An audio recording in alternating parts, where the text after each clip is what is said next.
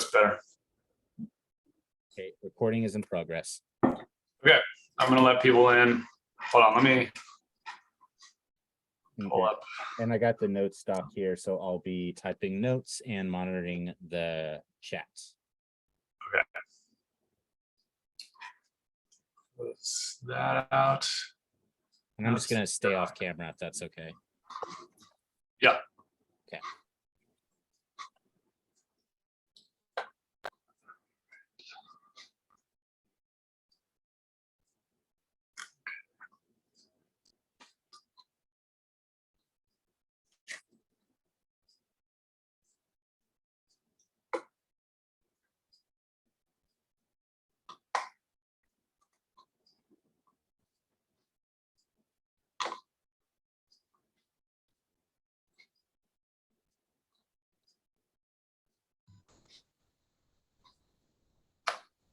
Hi, everyone. We're still waiting on some people, so just sit tight, and then we'll get started at about 5:35. All right, thanks, Pete. Good to see you all.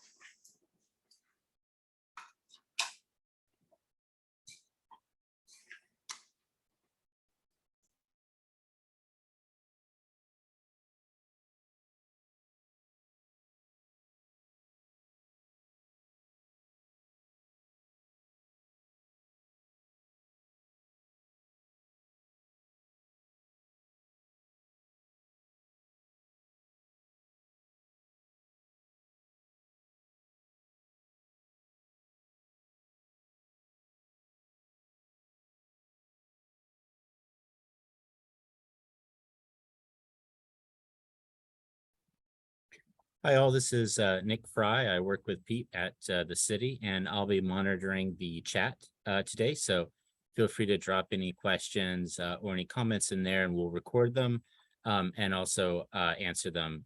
If you feel more comfortable writing in comments and questions, yeah, feel free to use the chat, and we'll be monitoring that throughout the presentation. Thanks.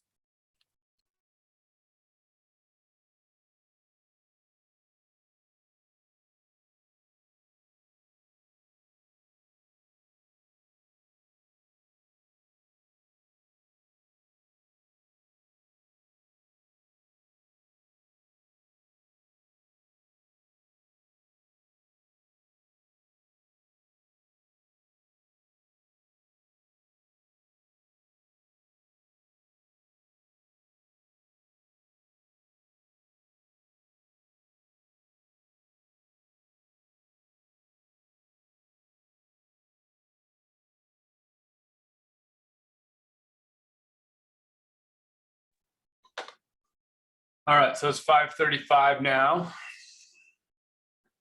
So let's go ahead and get started. As usual, we'll start with introductions. I think we all know each other at this point, but always good to just start off that way, get the conversation going. So I'm Pete Rice. I'm the project manager for Movimiento. I'm a transportation planner with the DOT. I know most of you, if not all of you. There's Colin. Hey, Colin. And I'm going to pass it off to Nick, and then let's just popcorn it around when you introduce yourself, then pass it off to someone else. So Nick, who already introduced himself, go ahead and do it again. Sounds great. Thanks, Pete. My name is Nick Fry. I work at City of San Jose DOT in the long range planning team with Pete and some other folks. I've been helping Pete out with in Movimiento, and I've had the pleasure of speaking with a lot of you folks before, and really excited to show you what we have today and get some feedback. And let's go ahead and get the rest of the San Jose team introduced. So Shu, would you like to introduce yourself? Yes, everyone, my name is Shu Su. I'm a senior engineer with the Traffic Safety Division. Nice to see you here. Let's go with Colin next.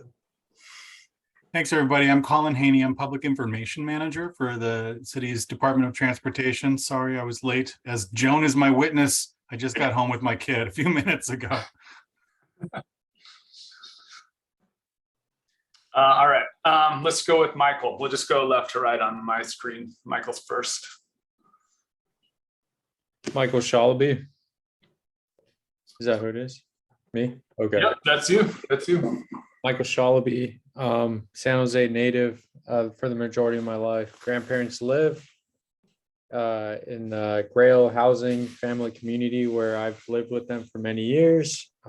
Graduated in civil engineering, worked for surveying. I don't think that matters, but I'm highly motivated to put in efforts in projects in San Jose, especially in East San Jose. I'm going to pass it on to Danny Garza. Yeah, this is Danny Garza, President, Plata Royal Neighborhood Association, with many other things, many other organizations. Thank you. David. Yeah, this is David Vieira, 51-year resident here on the same block and with Five Wounds Portuguese National Church and a slew of other organizations, just like Joan Rivas Cosby, who is up next. Okay, well, I can't beat you in years. I've only been in this house 45 years and on the street 48 years, so I'll never catch up. But I'm in the Olinder neighborhood, and I think partly because I've seen so many changes in the neighborhood over the years that I'm very interested in any transportation improvements.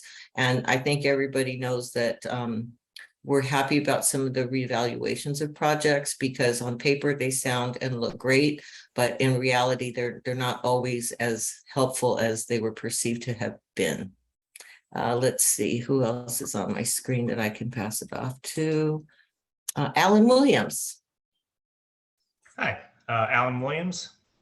I'm representing Nagley Park. I'm on the transit committee, or just generally try to go to all the transit related meetings, whether it's bike or the BART group for downtown San Jose, Caltrain, those type of things, and try to get information to my neighborhood and get feedback from my neighborhood to the various groups.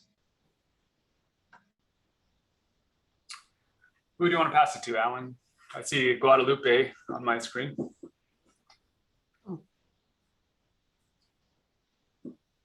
Go ahead, Guadalupe. Okay, hi, my name is Guadalupe Gonzalez. I'm here representing the Mayfair community as the chair for the board of directors for the Mayfair NAC, and also the president for the Mayfair Neighborhood Association, president from the Mayfair Community Garden, and some other organizations.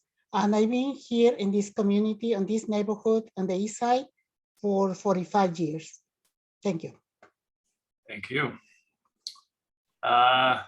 Who hasn't gone yet? I see Caitlin. Hi, I'm Caitlin Bailey. I'm a 2-year resident of Olinder neighborhood, but 8th generation San Jose, and I work at ADIS Architects in downtown. So I love any public transit options, including walking, especially when it'll impact me directly, like from Olinder to downtown. Great, thanks for joining us, Caitlin. And I see Nicole has joined us. Nicole, do you want to introduce yourself?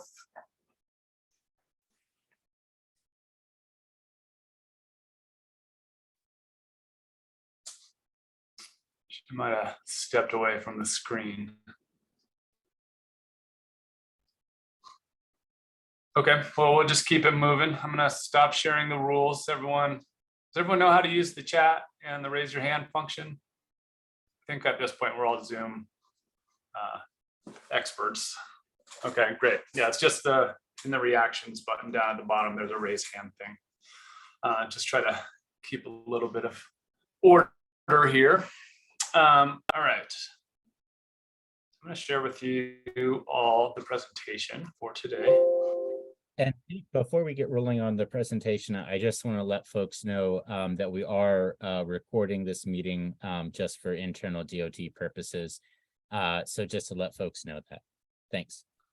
And it's not just for internal. We post these online so that people who don't attend can see what we all talked about.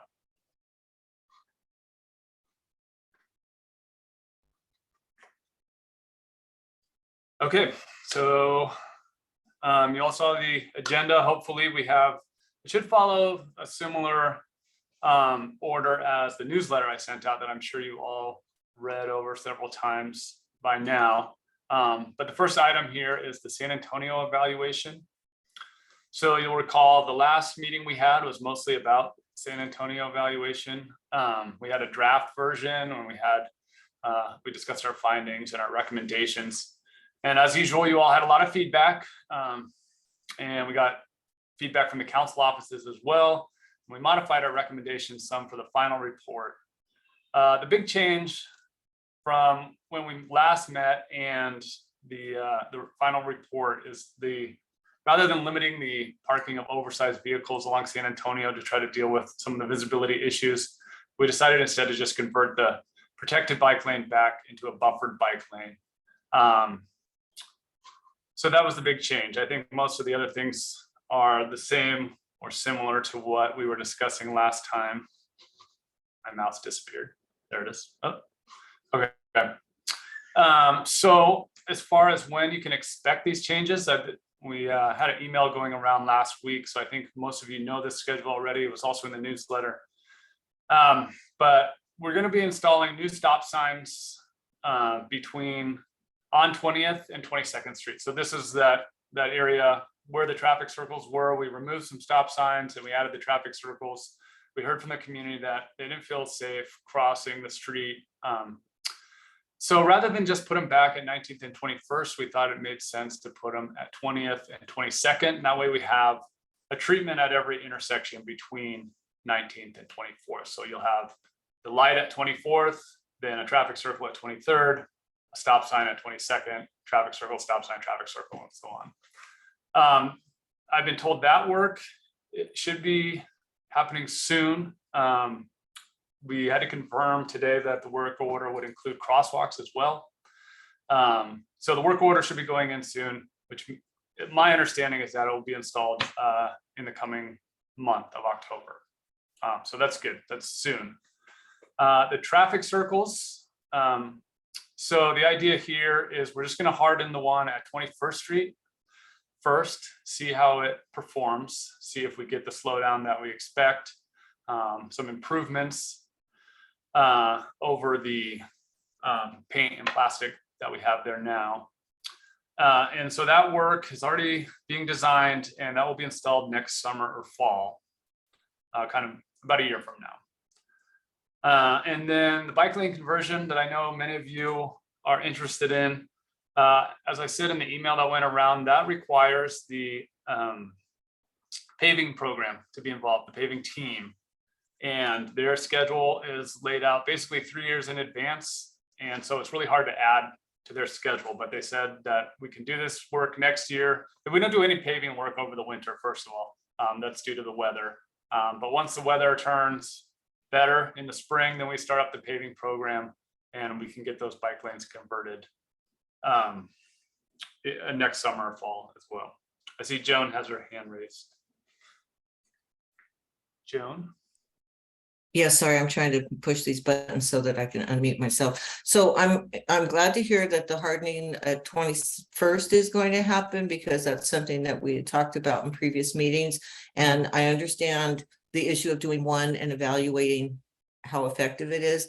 How long is the evaluation period going to be before it's considered to harden the traffic circles at 19th and 23rd? Yeah, that's a good question. I don't think it will. First of all, we don't have a set process for that. It's not a certain amount of time that we need to wait to see if it works. That should be pretty quick. We can install it, give it a little bit of time, but the speed changes should happen relatively quickly. And so I think we can make that call faster than say, how we did with this San Antonio project where we waited, 9 months before we could do the evaluation. And if I could change the subject really briefly, could I ask one other question about the section of San Antonio between 17th and 19th? Over the last couple of days, I've noticed there's the dual cords. I guess they're the speed detectors, and I hadn't noticed them until the last couple of days, so I don't know how long they've been there. But how long is that data collected before it's evaluated and put to use? Shu, do you know about the speed collection around 18th? Is that your team that's working on that? Yes, we're gonna collect data for 48 hours. So those tubes should be gone for now. Yeah, that's generally what we do for a speed collection with tubes is about 48 hours. Okay, thank you. Danny, I see you have your hand raised. Yeah, the thing I'd like to know is, you're talking about moving the bike lanes on San Antonio back out, correct? Yes, back out. Okay, okay. I appreciate that. I want to thank you for listening to the community on that. The health and safety issue is really important. You know, when we first started, and we had issues with that, you said those were just quick fixes so that if there's a problem, we can fix them quickly. Since we found a problem, I'm really sad that we have to wait till next year, bro. You know what I'm saying? Yeah, I do know what you're saying. I don't have a good answer for you other than my understanding is this is quickly as far as some things go. We've done a good job with getting a lot of projects funded and built from Movimiento in a short amount of time. But generally, these kind of projects and switching bike lanes around don't happen that fast. One of the reasons that we've been able to install stuff so quickly is that these projects aligned with the already scheduled paving work. Like McLaughlin has been scheduled to be paved for 3 years. And we finished the plan. McLaughlin was on the paving list. We can install something on McLaughlin. Same thing with San Antonio in 2020.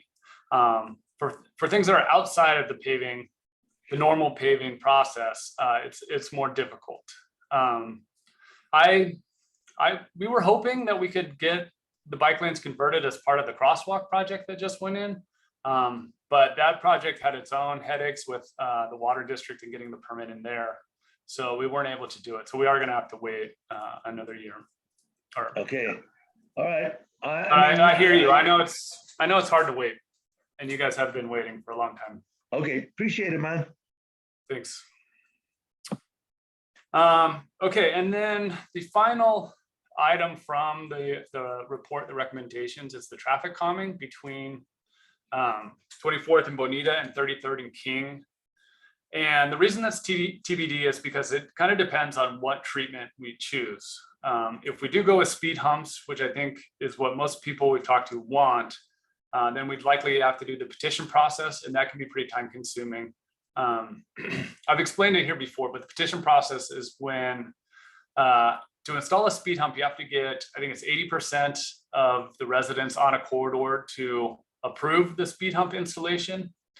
And then you have to get the residents that live in the properties directly in front, directly facing where the speed hump will go to agree. So it can be a little difficult to get that process finished. So it could be soon, it could take a year or two, but it's definitely something we want to do. She's with the neighborhood traffic safety team, and my team, we're working together to figure out what is the best treatment there. So I'll let you guys know when we have more information on the timing there and what treatments we want to do there. All right, that's it for the San Antonio evaluation. Do I have any more questions or comments about that? Just a quick question from the chat, and Shu, maybe you can speak to this. When we're looking at the traffic circle hardening, do you know currently if we're planning on having an apron or a hard 90-degree curb on that circle, or is it a little too early to know at this point?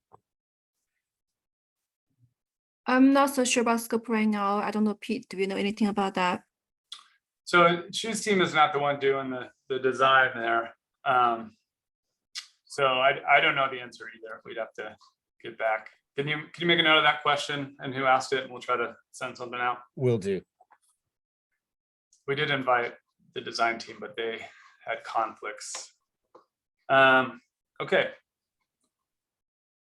That's it. We can move on to the next project, the one I was already mentioning. That is the San Antonio crosswalk. This is a project that's been a long time coming. We wanted to do it with the initial 2020 San Antonio project. Like I said, the permitting really slowed things down. You see, it's going to be the future Silver Creek crossing there. And so that runs along the waterway. So you have to get a permit from the water district, and that's more challenging than some of our projects that are strictly on street. But it's finished for now. It's we've got what we call RRFBs. These are rapid flashing beacons that you press and they flash. I've gotten some feedback already in that email that some of you were on about the loss of parking spaces. I was able to confirm with the engineer who was the project manager for this, that when the bike lanes are converted back to class 2, that we will be able to add some more parking back in. So for today's purposes, I just wanted to get your initial impressions for those of you that have used the crosswalk or been out there and seen it. Are you hearing anything from your neighbors? What do you guys think? I see Michael has his hand up. Go ahead, Michael. Yeah, so I was there the other day, and I just happened to be there for like 10 minutes, just viewing the cars as they approach this crosswalk. Are there brake lights coming on? Not all of them, but I saw that their speed was reduced. Maybe they're not pressing on the brake, but I saw that their speed is not accelerating. Yeah. And I did see a few that did put on the brakes.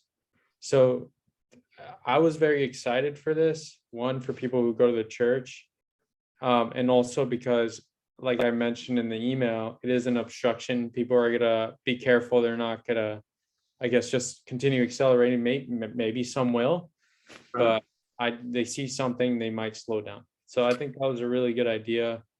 A lot for the parking spaces, it does take some away, and those are kind of needed, I suppose, because lots of people need parking in that area. But I think it's a really good job. If we get the parking spots back, I think it's going to be really good. Sure. So I don't think we'll get all of them back, but hopefully some. This car you see right here is illegally parked. The reason we can't have all of them is, of course, you need daylighting around the crosswalk so you can see people crossing before they're out into the line of traffic. And Michael, just to be clear, you're talking about cars slowing down when the lights are not flashing, right? It's when nobody's there, just the fact that there's a crosswalk there and the islands and stuff. That is correct.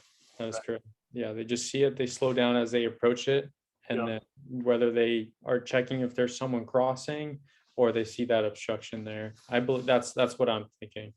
Yeah. Some people do brake, and then some vehicles don't brake, but their car seems to be slowing. Yeah, of course, there's the one or two that just continue at the same speed, but it was not common for me to see that. Yeah, I think I mentioned before when we were doing the evaluation that in this section where we have the protected bike lanes, we did see a nearly 2 mile per hour drop in speeds when we did the speed survey. And that got us right to about 35 miles per hour. And if this installation means another mile or two drop, and we're below 35 miles per hour, then we're in the range where we can consider lowering the speed limit to 30 miles per hour. So it could trigger some more changes. Of course, we're talking about converting the bike lanes back to class 2. So maybe some of the speed reduction we've seen from the switch to class 4 will be lost, but it sounds like it's doing something so far. Danny, I see you have your hand up. I know, speaking with Ernesto and myself in particular, I know we're really glad to see this, man. We really are. I was wondering if is it possible to put bulb outs somewhere there? Maybe that'll help slow more with the bike lane going through it. And it's just something to think about. It's late in the game. I did not really vision this, and I'll tell you what, man. I know that when I see this, I slow down. It's perfect. It's perfect. Yeah, I mean, I thought there would be bulb outs when they began designing this. I think this section where you see the little post where that car is parked, I mean, that's essentially a bulb out. It's just not a meaningful one the way it's constructed. You obviously can't drive there. It's supposed to be a daylighting zone. Now with the bike lane switching, we would have to do the bulb out closer to the curb, or maybe we could zag the bike lane over or something like that. But I don't think it's a bad idea. I think it's definitely something we should pursue when we do the bike lane change. Yeah, that's they did that at King and San Antonio. So, you know, like you said, it could zag in and zag out. Right. All right, any other thoughts on the crosswalk?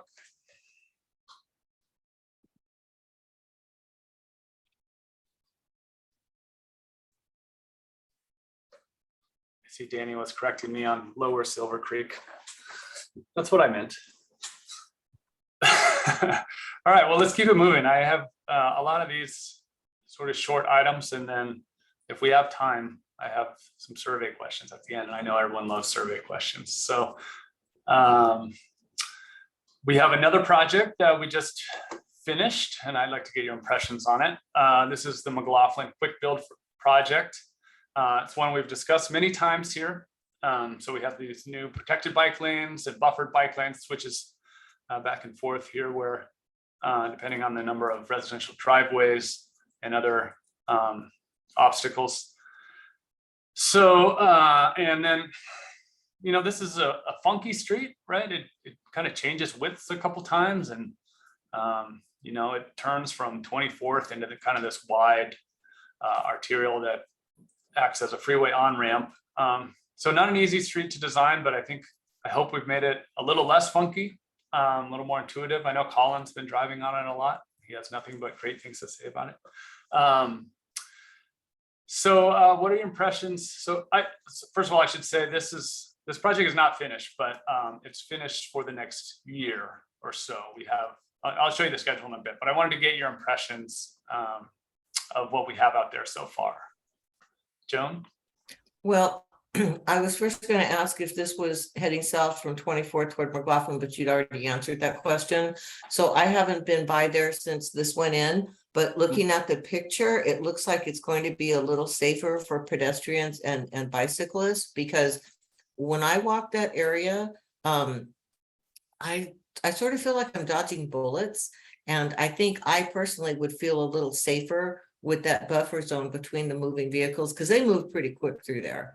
And the sidewalk. And I usually walk actually on the east side of the street rather than the west side. But yeah, I think I'll feel a lot safer. Now, crossing the street, still, that's a whole nother story. But, you know, at least once I make it across the street, I'll feel a little safer. Right. So that what I was getting at with saying it's not quite done is, well, one of the things we really heard from the community when we were doing this, from you guys, was that they want crossings. You all want crossings at both of these intersections here. So this is a Sunny Court right here, and a lot of people cross here to get to the shopping mall from over here. I've seen a bunch of people crossing there. And then this is Appian, and a lot of school kids cross here to get to the elementary school over there. We've installed some of these barriers that say, don't cross here, go down to Melbourne.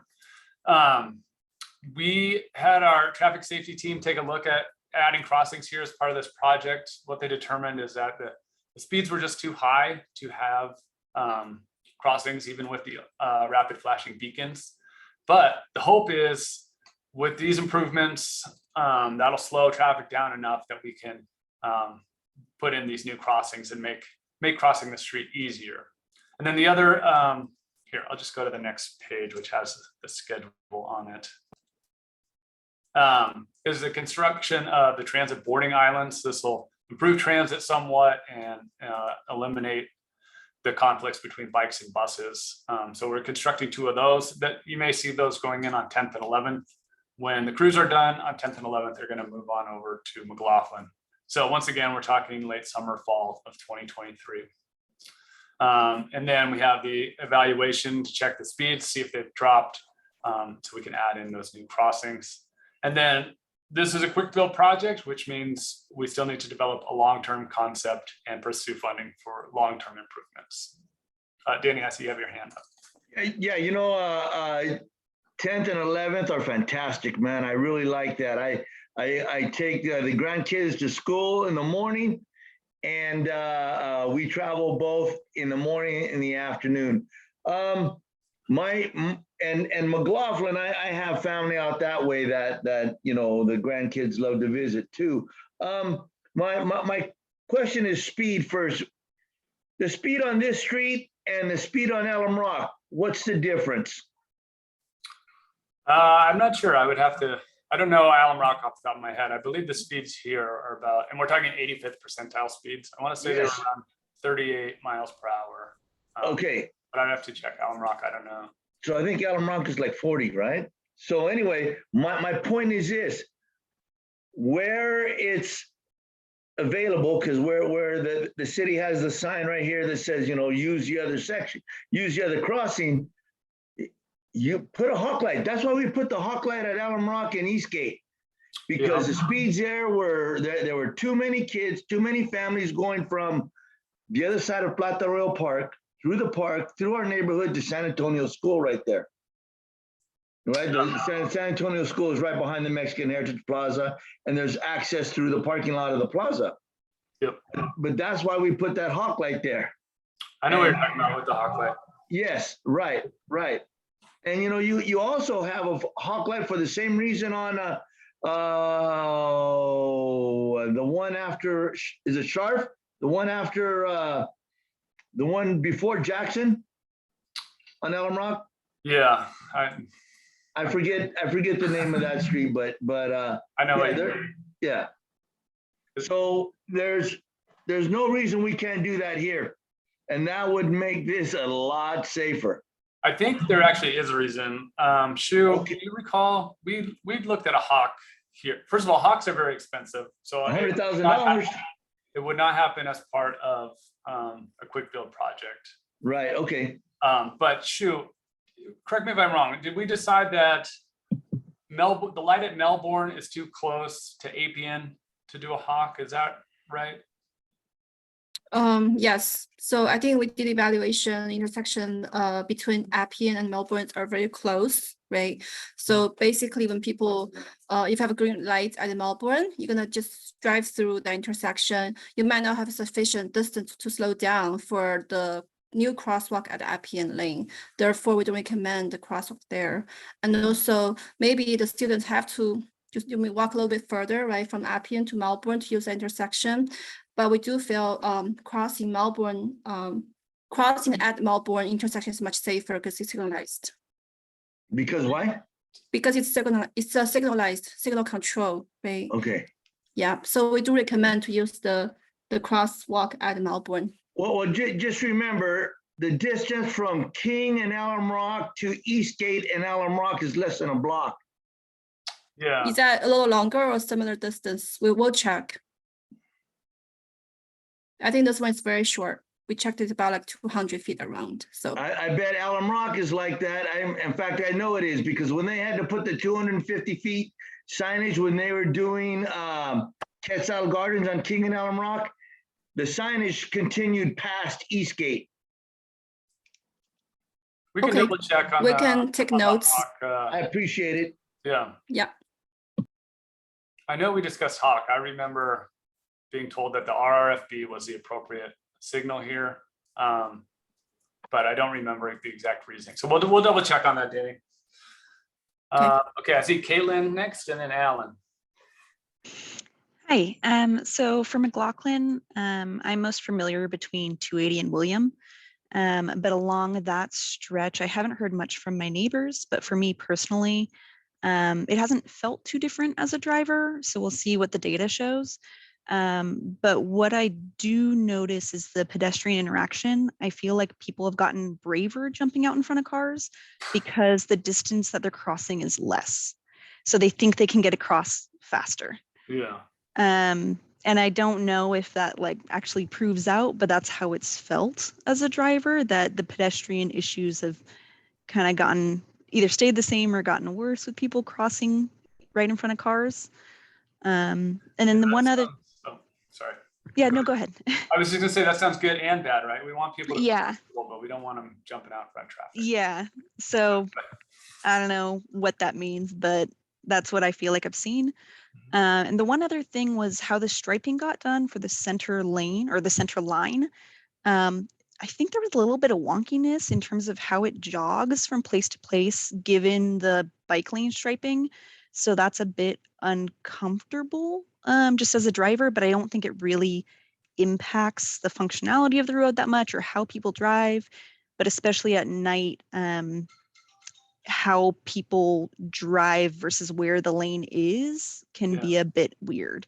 But I assume that's not going to get fixed or anything, but that's just an observation. Yeah, that's interesting. Like I said, it is a funky street. Mhm. You're probably talking about right to the south of, I'm pointing at the screen, picture on the right, just to the south of there where it really jets out. I think it was a little further down the road, like at Spiro or Sunny. Yeah, Spiro, is the one I was thinking of, right after Spiro, maybe. Yeah, just north of Spiro. Yeah. Okay. So I don't know that that needs a fix, but there was definitely something that doesn't feel very nice. But I don't know how it impacts actual driving. Yeah, a lot of traffic calming is sort of counterintuitive where it doesn't feel nice and that gets more. I don't think that's the case here that we intentionally did that, but it could have some unintentional benefits. But I mean, if we're seeing an increase in collisions and stuff like that, then that's something we should definitely. Yeah, and that's where it feels like it's a middle ground of I don't think it actually impacts how people drive, and I also don't think it impacts the safety to non-cars. I just think it is something. So yeah, I don't know. Okay. Thank you. Thank you. Alan, what do you got? Hey, you mentioned transit islands, and we've got quite a few on 10th and 11th in San Fernando, and they seem to be reworked quite a bit. You know, obviously San Fernando, it seems like there was a lot of learning that was happening there, and even 10th and 11th seems to be a lot of rework going there.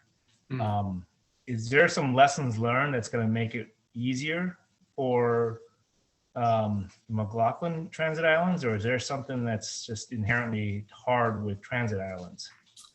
I would just say that, so starting with San Fernando, we went with the Zikla islands. Those are quick build versions, and our crews who've installed them have had, we told them we wanted to do them in McLaughlin, and they basically revolted and said, no, we're not going to do those again. We hate them. They're really hard to install, and they're hard to make ADA compliant because you have to level them out. So we're going with this is why it's taken another year. We're going with the full build out of these, which is concrete and easier to make level. Colin, were you going to say something? Yeah, I can speak to, I'm sure Alan's seen that some of them got partially deconstructed. And there was the ones on 10th, 11th. Yeah. I live over on South 19th. So I pass both this McLaughlin stretch, and I'm also over on 10th and 11th often. And I emailed our team earlier this week to see what was going on with the transit islands. There was a mess up at some point, and I didn't get anybody to say whose fault it was, but the ramp down from the transit island, which like Pete said, has to be ADA compliant, was not meeting the crown of the street, which I could see just passing by. So they've had to demolish part of a couple of the ramps, and they're going to reconstruct them to meet. That's what made it hard on San Fernando using those Zikla islands, and was apparently making this design difficult, especially at 10th and 11th are heavily crowned. Yes, they're like a hill. Yeah. And so to get this shape to meet up with this shape in a way that works for wheelchairs and ADA, and VTA is very strict on ADA compliance, as they should be, because they want their customers to be able to access transit, and they don't want to get sued. So we have to do it perfectly, and it was not going to work out with the first pour. So the one piece of good news I learned was that it was within our contingency for the budget to have them rebuilt, but it is adding extra weeks and actually months onto that project. So that's something, I mean, I don't know if McLaughlin has the same crown problem, but there's lessons learned. That you're absolutely right. It's lessons learned. Yeah. I think the lesson we learned from San Fernando was taken to 10th and 11th, and that was don't mess around with those Zikla islands. The minimal savings is not worth it with that modular system. And I think that there's going to be a lot more QA, QC on the designs before we go to McLaughlin. Okay, great. Thank you.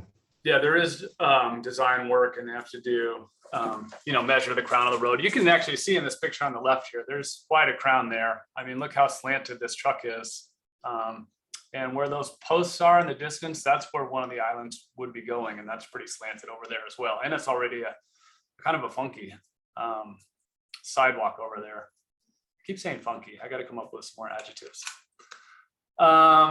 Okay, do we have any more on McLaughlin, or can we keep it rolling?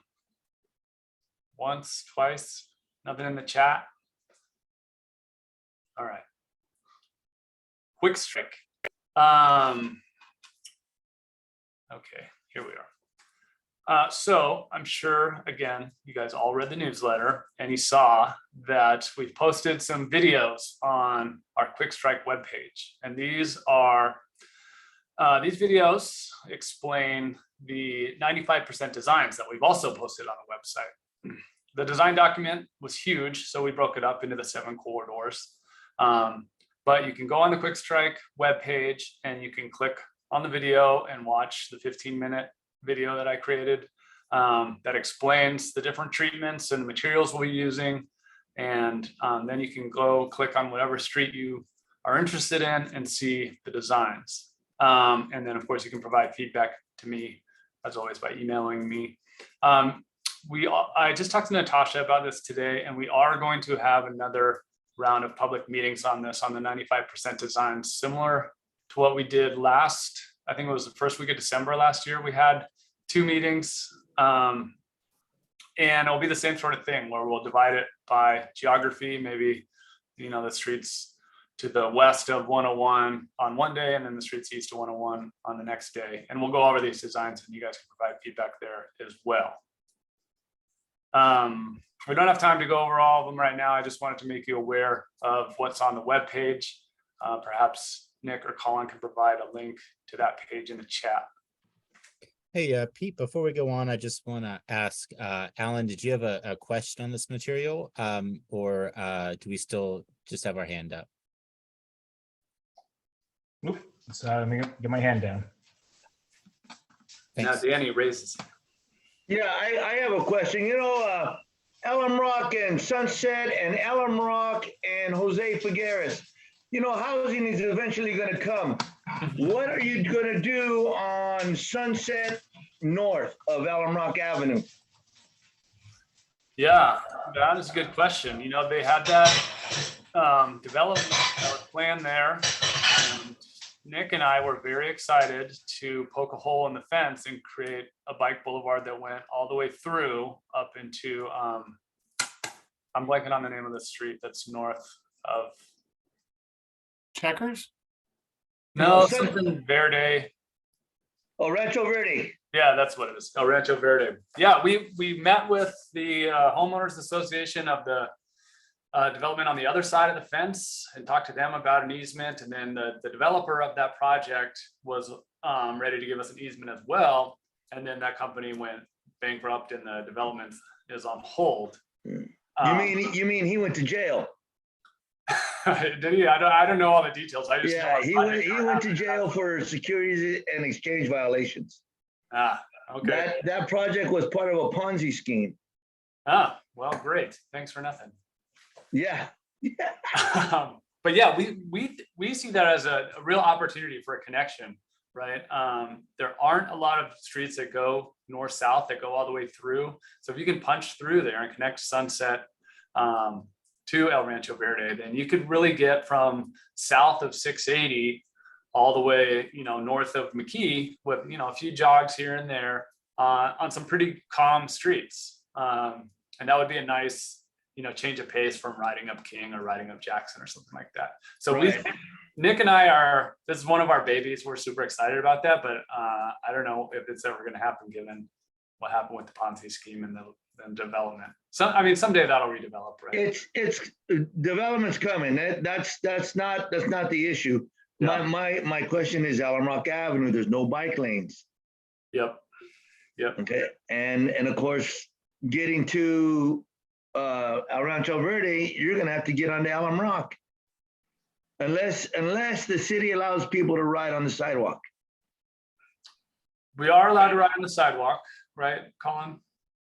I'm pretty sure. Yeah, we only have no biking restrictions on a few streets downtown. The rest of the city, you can ride on the sidewalk. And Oh, okay. So then Elm Rock doesn't need bike lanes.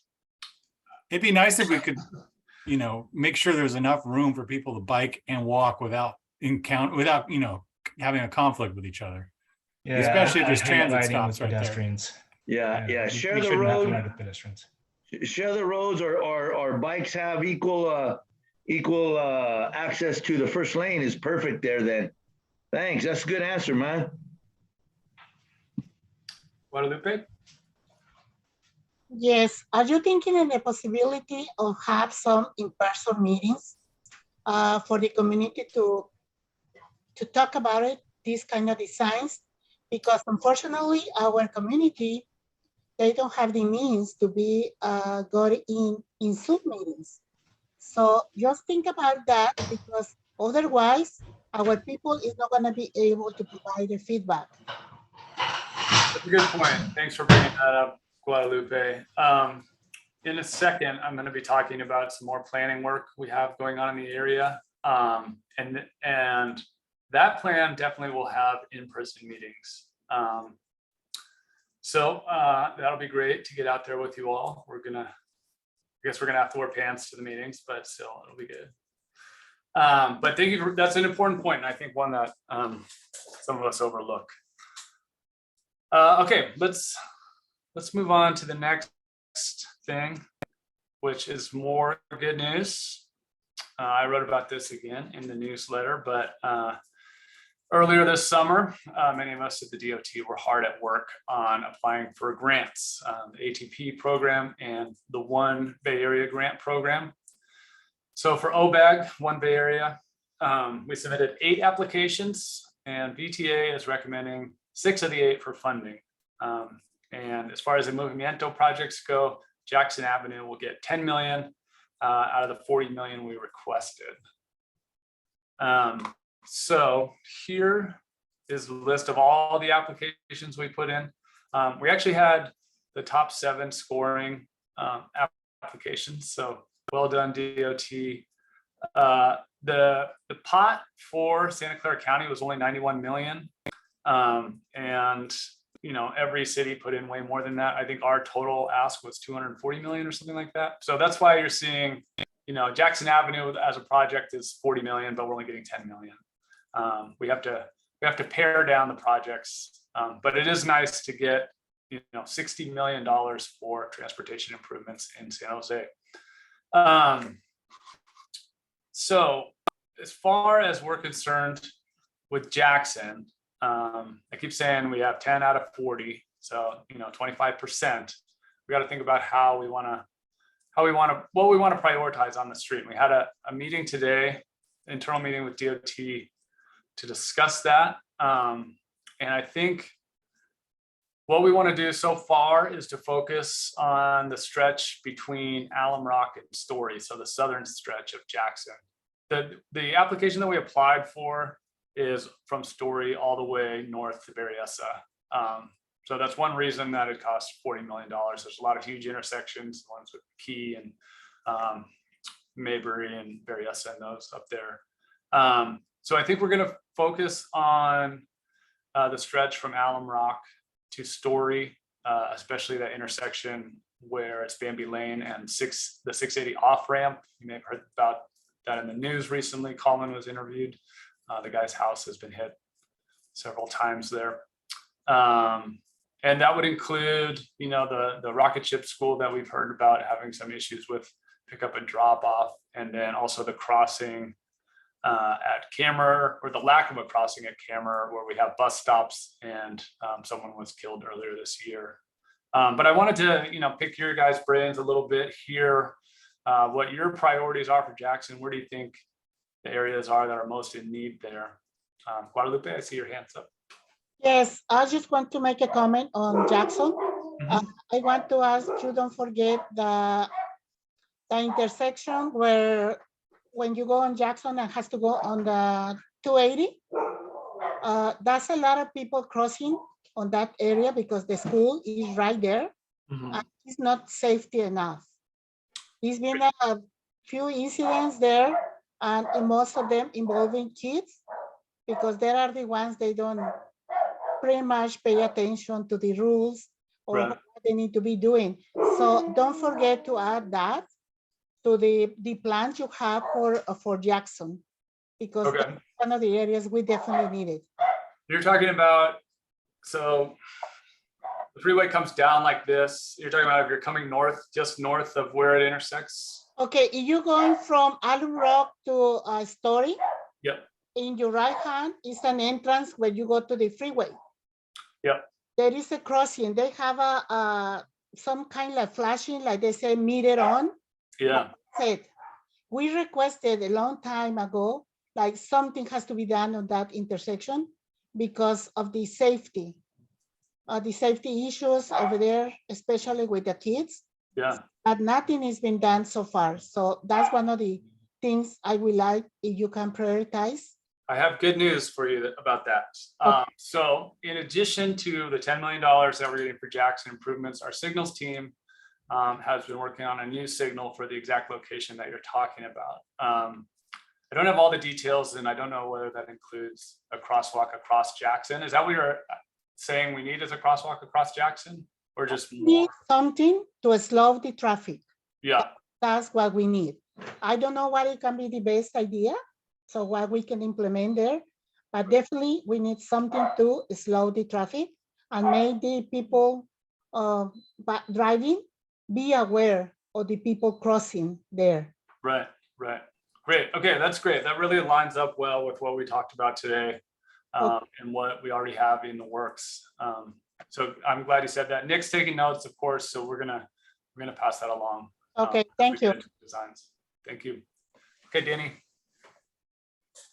Yeah, I just want to encourage you to use that money to put that divider on Jackson Avenue between San Antonio and Alum Rock. Mhm. Okay, I mean, that is, you know, nobody from Foss is on this meeting here. I don't know. I don't think anybody from Foss is here, but they too agree with Mayfair and Plata Arroyo that Jackson and that school, they don't mix very well. Neither, and that's the issues with the bike lanes too. I mean, you know, we've had people say they've been riding in the bike lane and somebody from the other side is making a U-turn one way or the other, you know? So yeah, I see Guadalupe shaking her head in agreement. That has to be probably the first thing you do to make Jackson safer. Okay, yeah, I mean, I mentioned it in the meeting today, and Jessica Zink mentioned it as well. It's definitely on our radar, and you know, it's one of the few very specific things we got into today was that median because of issues with pulling into the school and out of the school. All right, any more thoughts on OBAG or questions? Jackson?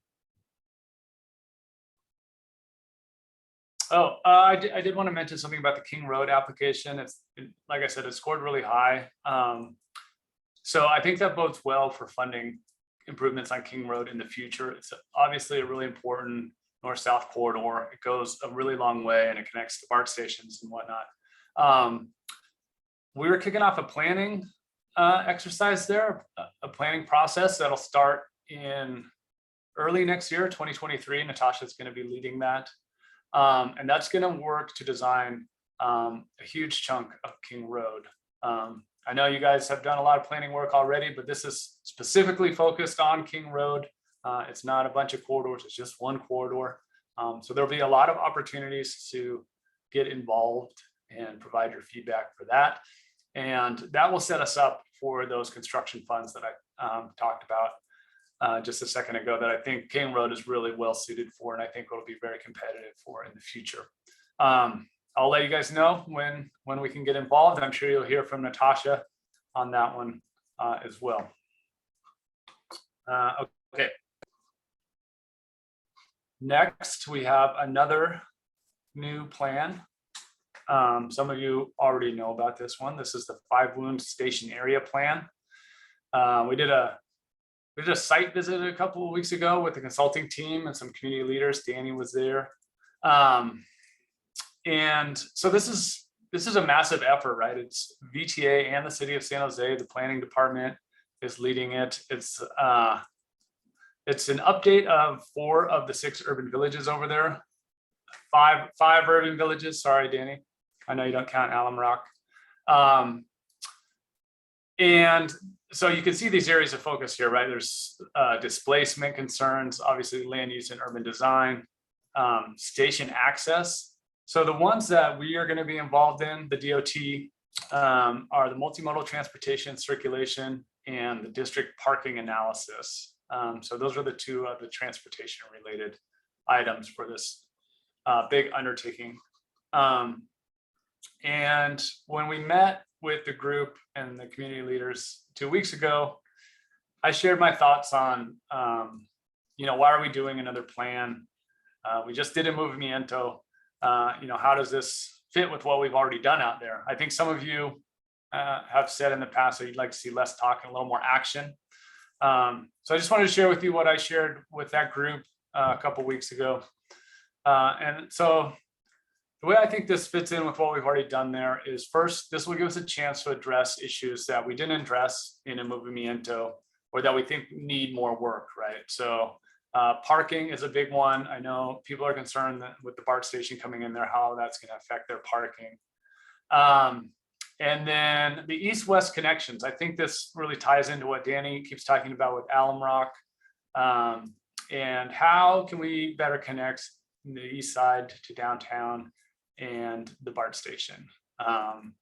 Do we really want people who are biking to go all the way down to San Antonio and go over a really steep ramp to get to the downtown? Or are there other places that we can improve? Do we need a new overcrossing? Things like that.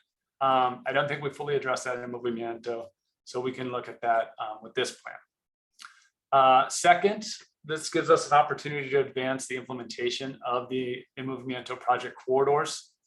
So I've mentioned several times tonight about how we want to develop these long-term concepts for some of the corridors like San Antonio and McLaughlin.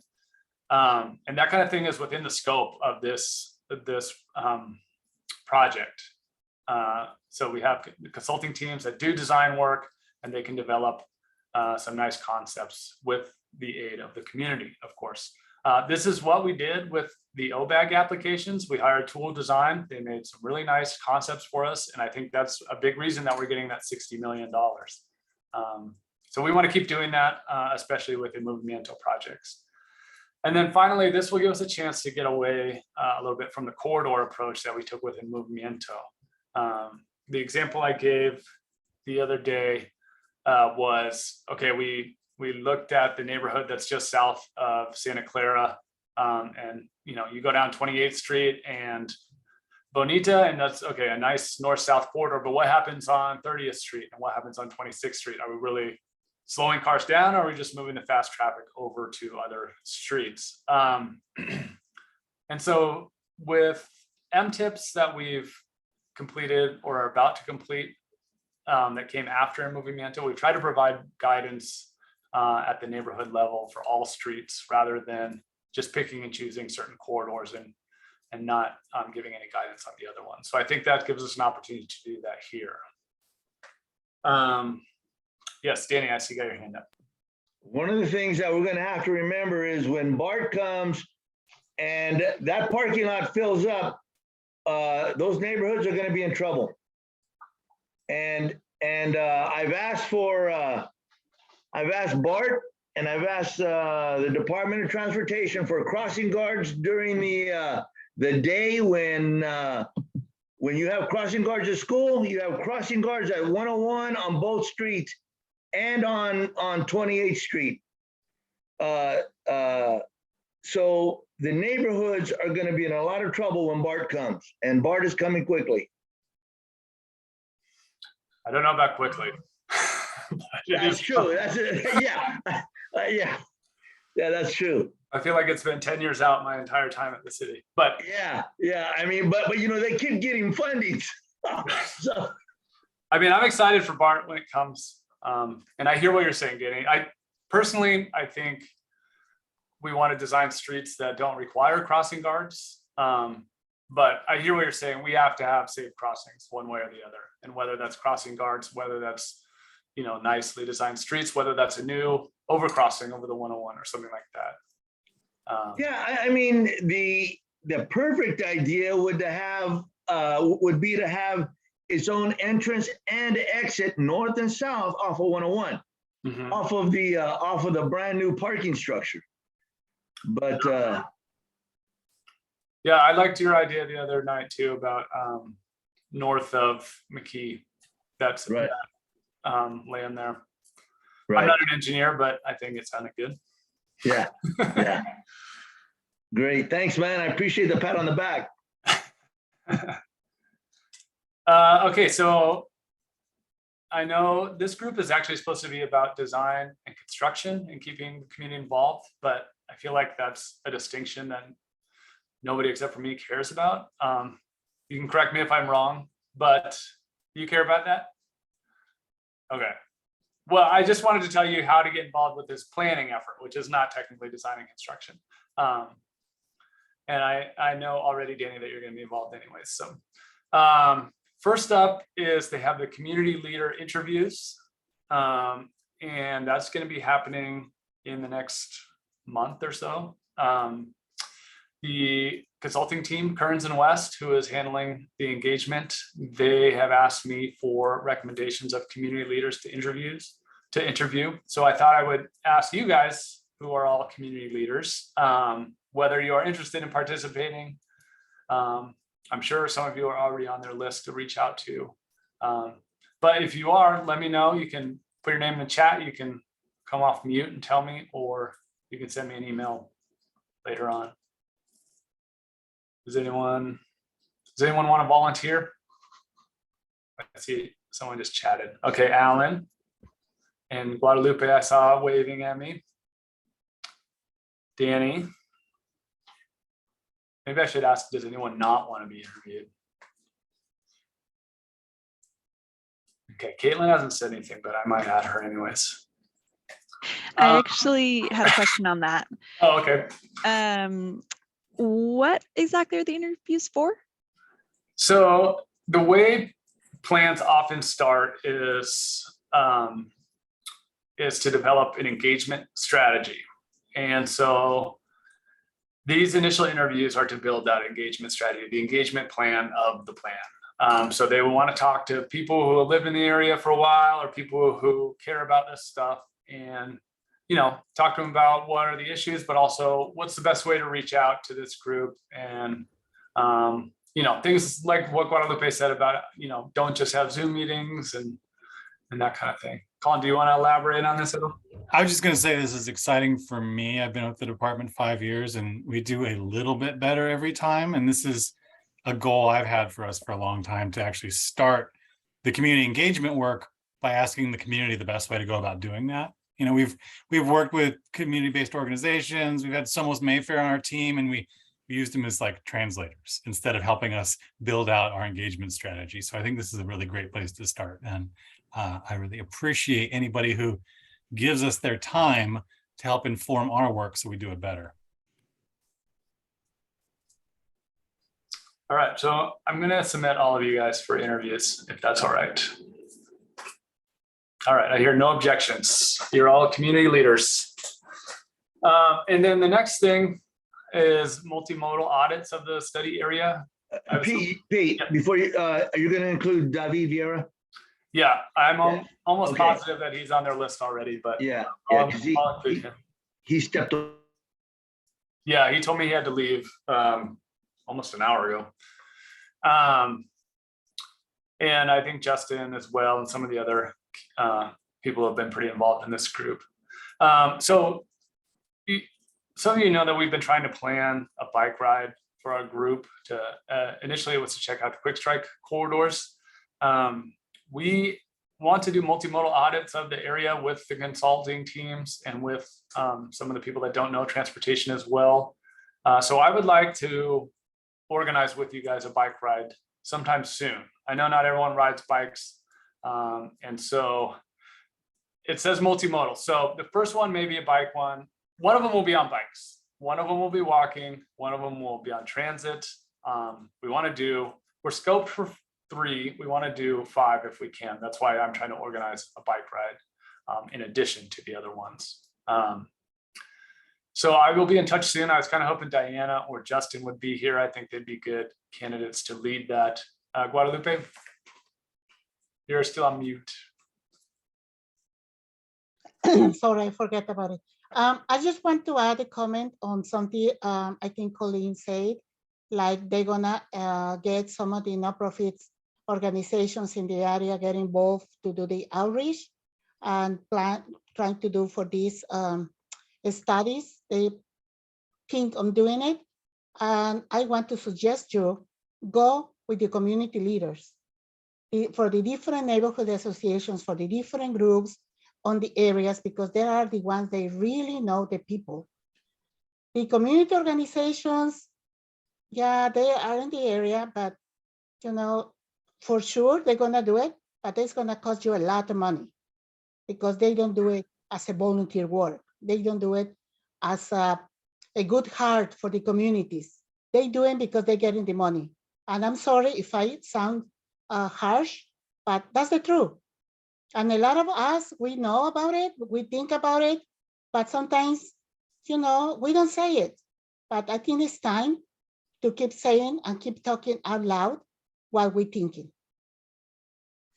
Thanks, Guadalupe. I appreciate that. I will say that with Movimiento, that was the first, at least this was what I was told. That was the first plan I worked on, so I don't know what happened in the past, but I was told that groups like Somos Mayfair and Vivo had been volunteering their time on plans before that, and they were doing work that deserved to be paid, and that's why we decided to put them under contract, because we really valued the input that they gave us, and we felt that they deserved to be paid, frankly. But I hear what you're saying, and one of the things that I made sure to tell the new project team is that don't forget to reach out to the neighborhood associations. Since the Movimiento has been adopted, that's probably the number one complaint, is that some of the neighborhood associations didn't feel included. We did invite you guys to everything, but that's not necessarily good enough. We got to go to where you are as well. So Peter, Guadalupe is right. You know, we're volunteering for this. If other organizations have a heart for the community, they can volunteer too. They're already getting millions. They don't need any more of our tax dollars. That's my opinion, and I know that the 501c3s, there's a reason they don't put me on their board.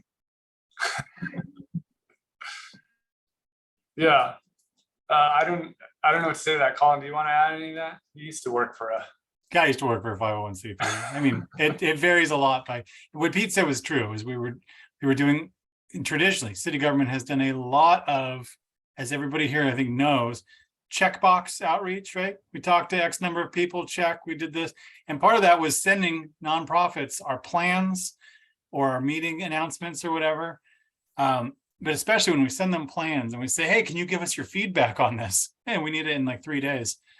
We're asking them to do work. This is their job. This is people do, they're employed with nonprofits. Their job is to do good stuff, but they get paid for it. And we were just getting the message loud and clear. It's not just DOT. It's DOT a lot. It's planning, it's public works, it's parks, it's libraries, all these different city departments going to the same organizations over and over again. And so their request was, hey, we can't possibly do it for all of you. If you really value our input, pay us. I think I would have made the same offer. But that doesn't mean that we need to stick with only those groups or that we can't change our engagement strategy. Yeah, correct. No, I totally understand. But here's my point.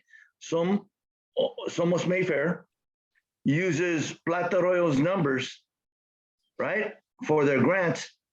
And Somos Mayfair or none of their umbrella organizations have come to our community, not our community meeting. They know all about us. They don't flyer our community.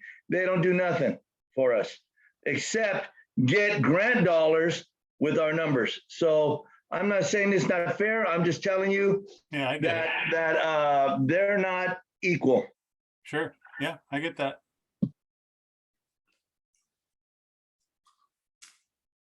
So just the last opportunity to get involved that I wanted to touch on. Oh, Nick. Yes, Pete. Hey, sorry, I just wanted to jump in. Alan had a question in the chat. Is goal to review only bike routes or take a look at all modes or just riding a bike? And I believe, Alan, that's referring to the audits that Pete was speaking about earlier. Well, the bike ride, I mean, specifically, is that just to check bike routes, or is it check peds, bikes, cars, I mean, the whole thing?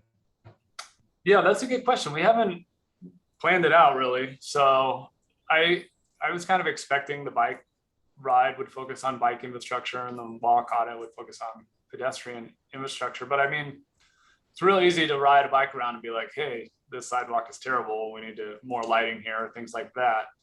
But is there a reason you're asking me something in mind, Alan? We're just curious. No, just interested. I mean, because I would like to have it cover all modes.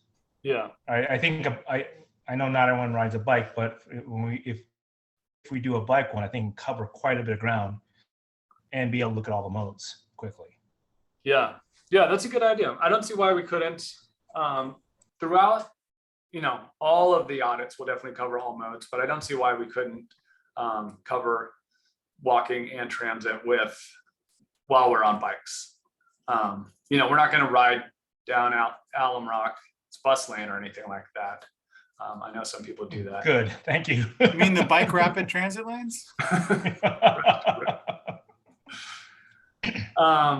Okay, and then just the last thing here. I don't know if any of you have ever attended the Urban Village community workshops. I'm pretty sure Danny has. There are 5 of those scheduled or not scheduled, but scoped as part of this project. I believe the first one's coming up in December. I'll make sure you're all invited to those. They all have different topics. The transportation related one is not until next summer. So that's part of the reason I don't know the exact date of the first one. Okay, so that's as far as urban villages go, we don't have one on Alum Rock unless you get past Capitol, if you're going to call that an urban village. But between 101 and Jackson, or 680, there is no such thing as an urban village. I hear you. Okay, I slipped up earlier and said 6, and I corrected myself to 5 because I appreciate it. Yeah, that's the planning department's decisions, not us. So I'm correct. I just hate to hear people in the city say that when it's not true. Yeah. And I mean, other urban villages have packets from 150 to 250 pages. What Mike Brio printed up was 5 1/2 pages for Alum Rock. I thought it was 3 pages, but yeah. Well, close enough, right? I was giving him the benefit of the doubt. So anyway, so finally Mike was able to say, hey, you know what? We made a mistake. And I don't want you to make the same mistake on Alum Rock. Yeah. Okay. I don't want to get into this because no. I just didn't want. Okay. Let's keep it moving. I hear you, Danny.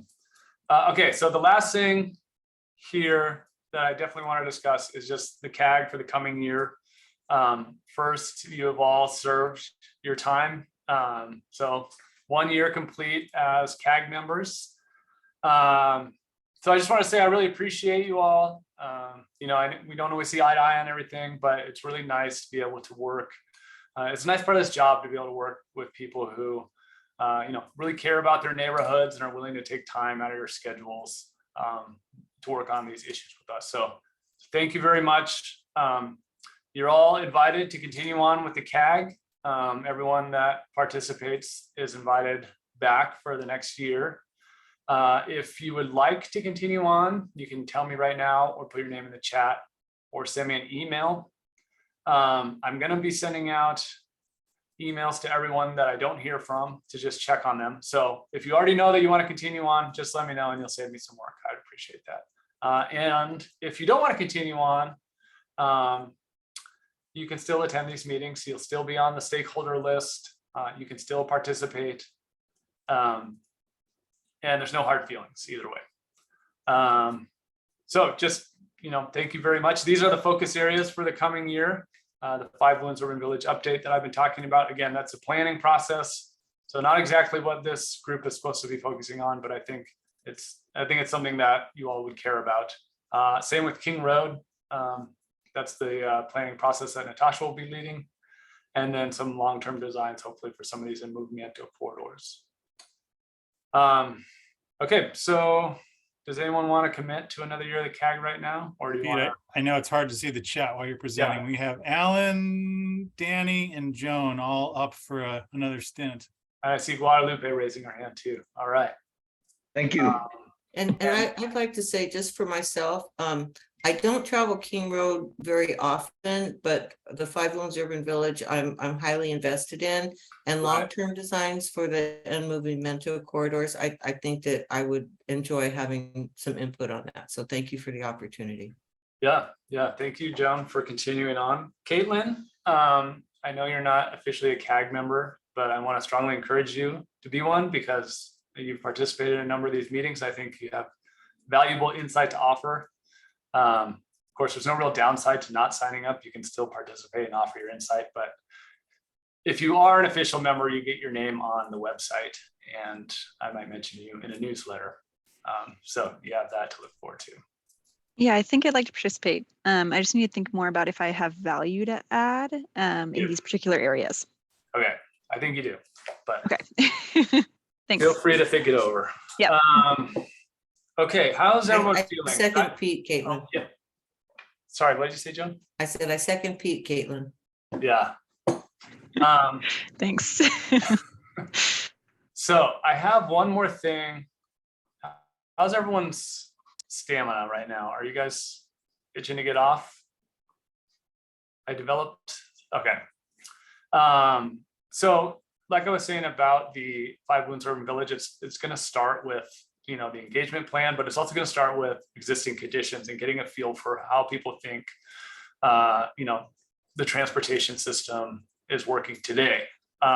We did this 3.5 years ago within Movimiento, and so I looked back at some of our existing conditions outreach, and I just wanted to get your take on some of the 2 questions that we asked in the past, and I actually loaded them up into Zoom polls. So it's just 2 poll questions. And the way these work is you're supposed to rank your top 3. Oh, I guess question 1 is your top 3, question 2 is your top 5. Anyways, I'm gonna launch this and we'll see how it works. Just a little taste of what existing conditions planning work is like. How many? Oh, never mind. I see it now. It's working? Okay. Pete, do you want staff to fill these out too, if we know the area, or should I? I was gonna ask you if you could play the Jeopardy theme song while they're doing this. I cannot. I've never you- figured out how to do all Colin, that. you live in the area, so I feel like you could fill it out. Okay. Okay, this doesn't make it clear. You had said pick your, on the number question 1, pick your top 3 priorities. This one doesn't, it says what makes it difficult to walk, bike, take transit in the study. Oh, sorry, top 3 multiple choice. Never mind. Yeah, I can't see what it's like to pick an answer, but I'm hoping you can pick 3 boxes. Is that how it is? Okay. So, but it relates to us personally or what we think relates to other people. Okay, Either one. I'll take a stab at it.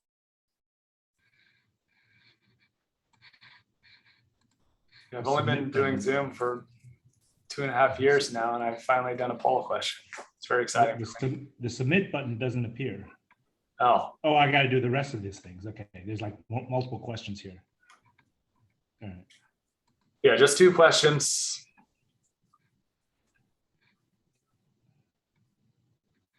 And then I think I can reveal the answers when we're done. So Pete, I put my 3 check marks and it won't submit. Go. Did you do question 2 also? It's Yeah, not. you got to scroll down and see. You have to scroll. Oh, I have to scroll down. Okay. It didn't pass itself over once I hit submit. Okay, my bad.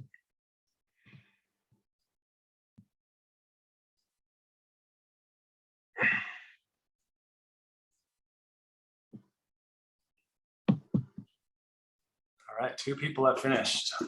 We're getting some results.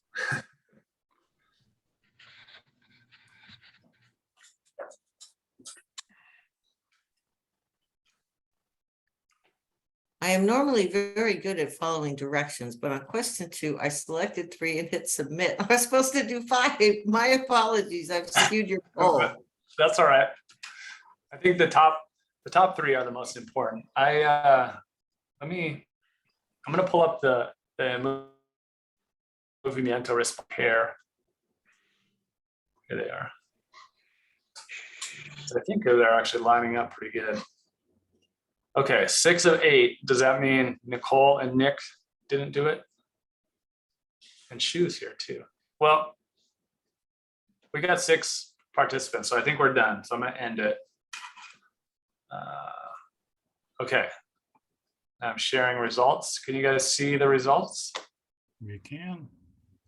Okay, so question 1, it looks like 6 out of 6 people said high vehicle speeds and cars moving too fast. And I can tell you that when we did this exercise 3.5 years ago, that was also the #1 challenge to multimodalism in East San Jose. So that's pretty interesting. That seems to be the clear winner. And then we have 3 others that are tied with 2. So lack of safe and secure bike parking, that was #2 when we did it a few years ago. And then bus stop is too far away. That one scored kind of lower.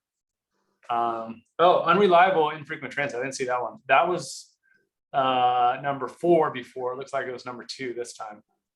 I think this lines up pretty good with what we saw 4 years ago. And then as far as the improvements that people want to see, let me just scroll down to the results. Okay, so #1, 3.5 years ago, was bicycle facilities that have separation from cars. So that got 3 out of 6 votes here, so kind of in the middle. And then #2 was better lighting, signage, and landscaping. That got tied for #1, 4 out of 6. Then new bike facilities that fill existing network gaps. So that's kind of middle. So it looks like a couple of years ago, we were a little more bike focused than this group here. More new crosswalks. That one scored kind of low before, but it might have been because some of these others are related to PED issues. Anyways, thank you all for indulging me in that little exercise. This is data that we can use to inform our existing conditions. There'll be more of this kind of work as the plan gets going after your community leader interviews. I'm gonna stop sharing this thing. If you guys are interested in the results from 3.5 years ago, we have our engagement summaries posted on the Movimiento webpage. You scroll down to the bottom and it shows resources, and you'll see the first one there in the summary #1 has these results from several years ago. I hope. Okay, I'm going to download these results just in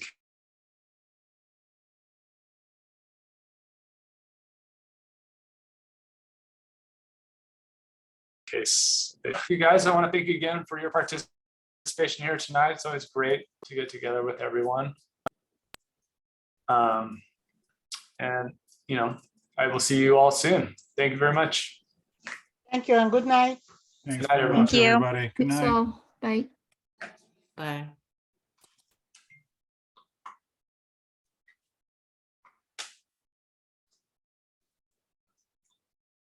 Nicholas.